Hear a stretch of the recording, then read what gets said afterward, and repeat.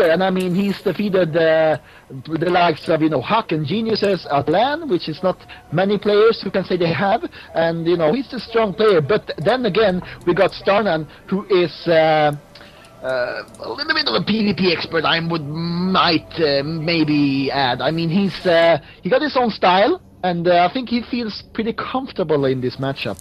What do you think? Yeah, he does have his own style. He has a very standardized build that he's been working on for a long time, which I believe is 2-Git Robo Expand. He's been talking about how it's very safe against a lot of things. He loves to play against. He loves to use it in PvP. We saw a couple of weeks ago he played against Huang Xin in a clan war, and he beat him using it was Colossus Archon versus It was Colossus Stalker versus Immortal Archon, and he was microing his Immortals like an absolute beast to take out all the Colossus, and it was just an incredible series to watch. I mean, so Starnan definitely doesn't play by the rules in terms of PvP. He's very not orthodox at all. He thinks, right, well, I can kill a Colossus with an Immortal, so I'm gonna do it. Yeah. Whereas when people see Colossus, they're really scared, and that's like, oh god, there's 3 Colossus bearing down. But he takes his time, he thinks about it, he's like, okay, I need to take these down first with my Immortals, and he's very methodical in his thinking.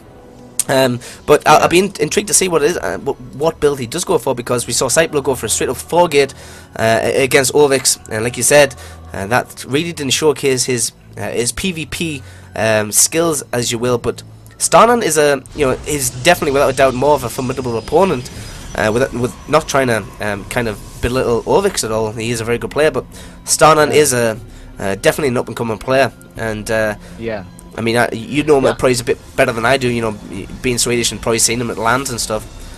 Yeah, I mean, I remember like a month ago I was in Malmö, which is a Swedish city in the south, and I had, we hosted a tournament there, and Starnan actually made it to the finals in that tournament, and he lost against Lalush in the finals, but on his way to the finals, he defeated Bishu 2-1 in the semifinals, and I think that's quite an impressive feat, because Bishu is a very highly respected player. So a little bit of credit, pat on the back there for Starnan for doing that, but.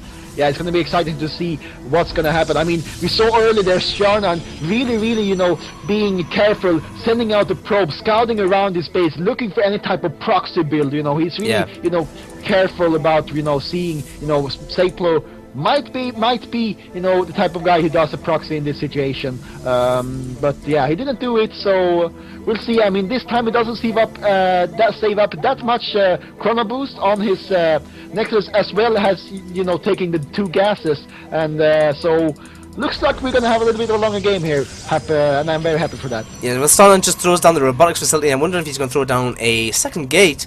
Or is he going to go straight for a Nexus? I mean, this is definitely the style he's been talking about a lot more often, getting that gateway robo, I think it's gateway robo gateway, I think he described it as, and and there's the second gateway that he is throwing down there. So there's Starnan going for his kind of, his typical normal build that he likes to go for, and we do see 3 gates coming out for Seiplo, so maybe he's going to be going for, there we go, a Stargate. Stargate. So 3 gates Stargate, this is a little bit different, but that'll be most likely Phoenixes to be used from there. Yeah, it's a pretty good counter. I mean, looking at what Starnan is going right now, Starnan is going to go for Immortals, and I mean, getting those Phoenix up, I think is a really good counter to the Immortals. So I think this is a good counter for Seiplo, but we'll see. I mean, he's adding a robotics facility as well right now, but yeah, interesting to see what's going to happen right now. Starnan definitely needs to get a lot of stalkers out pretty quick here. He's currently boosting out an Immortal and not an Observer yet, so he's playing in the dark as for now. Yeah, the Observer will come second. I think it's it's just his build order. He likes to get that Immortal out because certain timings, like for example a 4-Gate or like a Blink all in on one base, will start to hit very soon. So getting that Immortal out first, make sure he's extra safe, and obviously he has some sentries as well, which helps him with the force fields, as you can see. That's why he's walled off at the ramp like this, because how people like to rush up the ramp and then blink up with the rest of the units so they get vision and stuff like that. This kind of wall off with the sentries in this position is designed to counteract that. So he does make the Observer second, and it is on its way to go scouting. We do see a pylon An aggressive pylon placed down by Starnan as well. It does check.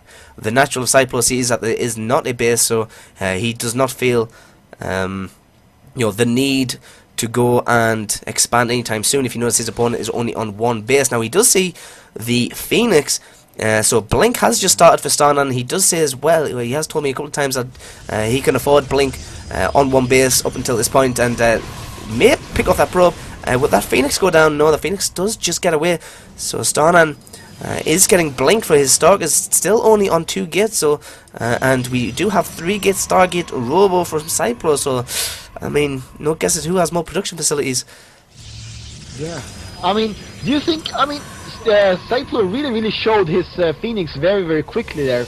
Do you think would there have been any points in for Seiplo to maybe save up and really try to go in with like maybe 4 Phoenixes and really try to do a lot of damage? Because quite frankly, right now those Phoenixes ain't gonna do that much, I think. Well, I'm not too sure, because we saw that the Observer did come out at a time, and it was halfway across the map when them Phoenixes did get in there, so he would have scouted that eventually anyway. So I'm not too sure. True. Maybe he wanted just to get in there when the Stalker count was as low as possible. Now look at this, Seiplo does have a very heavy Zealot count. There's a lot of Zealots here. I want to have actually. There are 9 Zealots out for him, only 2 Stalkers and 1 Immortal, and he is moving forward with the probe as well, so it looks like he is going to go for some sort of timing attack. And look at Starnan here throwing down 3-4 cannons, realising exactly what's going on. This is incredible play. So smart, realising the danger, so throwing down them cannons just to be extra safe. And I have to say, I really do like that play. Yeah, and I mean, he has full energy on 2 of those sentries right now, so he has to do a very good job with the sentries and do the force fields correctly. Yeah, I mean, this is going to be very intense moment here. Seiplo is putting up an expansion in the back right now, so he has a long-term plan as well if this doesn't work out, because it looks that Starnan is more than ready to counter this attack right now. Yeah, absolutely. I mean, like you said, them force fields are going to be huge, but I just don't think Seiplo can engage it. He can't. He realises that he scouts it. He says, okay, there's no way I can get in there. I don't even have Blink. I have a very heavy Zealot count, so a couple of force fields, trap them in, and then photon cannons are just going to absolutely demolish them. So he has to pull back. He has to get his nexus up. And this is why it's very encouraging for Starnan, because if you just look at the probe count, 37 for Starnan, only 30 for Seiplo. 37 now. He was knocked down to 36 for just a moment there. But Starnan in a heavy lead in terms of economy, because he's been able to chrono boost probes off 2 nexus rather than just a 1 for the meantime. So we do have +1 and charge on the way for Starnan as well. So even though the army count is a little bit bigger for Seiplo at the moment, there will be a timing in a couple of minutes time where Starnan's economy will kick into overdrive. He will have the bigger army count, the better upgrades, and Starnan's looking in a very good position for this later game.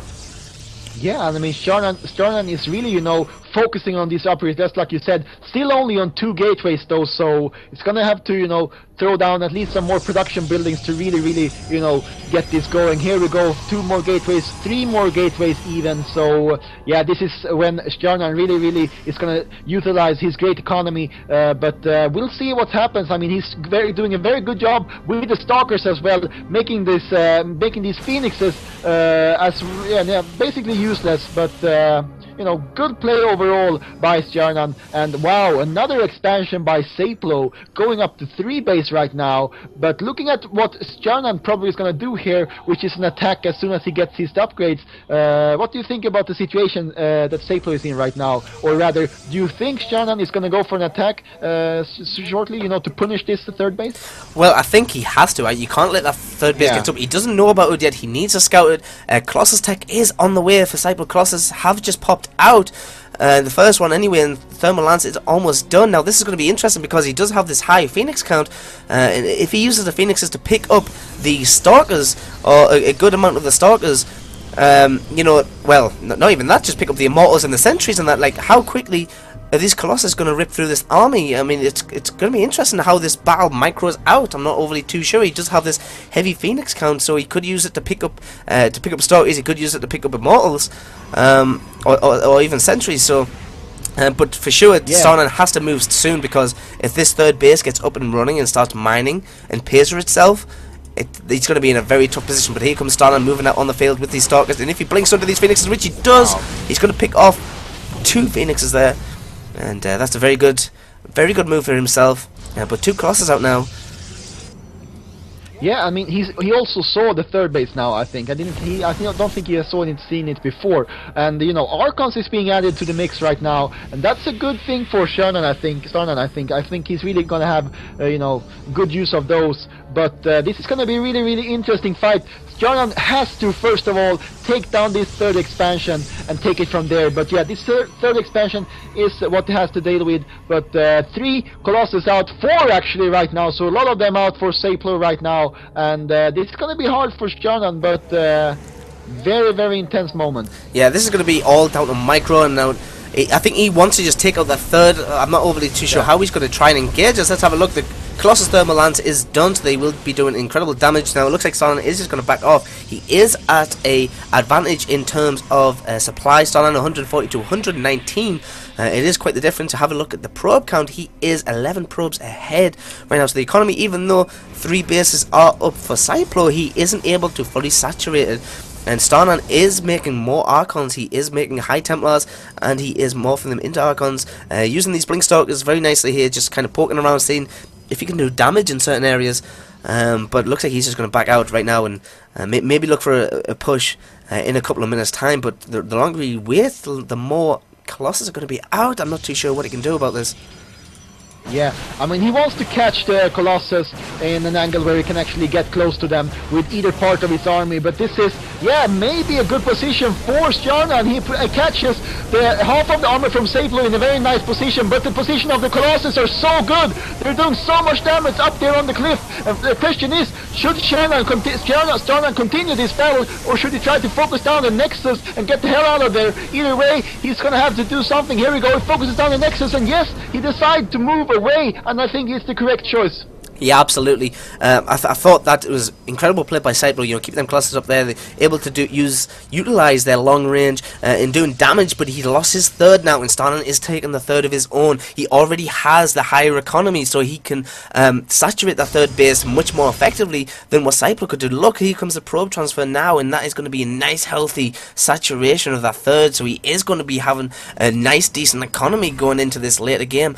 But is he going into Colossus Tech? No, I don't think Starnan is. He's going to catch some of these Phoenixes out of position.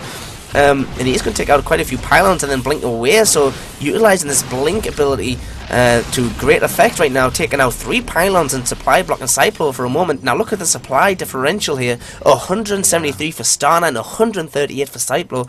So Starnan is in a good position, but them Colossus, man, look how many there is. There's 8 Colossus out, and maybe even more, 9 Colossus. Yeah. But don't you think Seiplo is making a little bit too many? Because he doesn't have anything to actually defend them. I mean, when you get these many Colossus, I mean, they're great, right? But, I mean, you really need to have something in front as well to, you know, keep the units occupied. Because, look at this. Here we go. As long as you don't have anything in front, they're going to melt like cheese in a hot day. And there's nothing that Seiplo can do about this. Starnan is moving in so quickly, catching the Colossus. Beautiful engagement. GG, and that's a very good game by Starnan. That's an absolute beautiful engagement there from Starnan, and he does even the game out for Team Infused, so he does make it 2-1. Well, he doesn't even it out, he does bring a game back, so it is 2-1 to AI now, but he has given the chance, and he has put the ball back into Infused court in order to make a comeback here. Guys, I mean, Starnan's played really well. His PvP there was really impressive.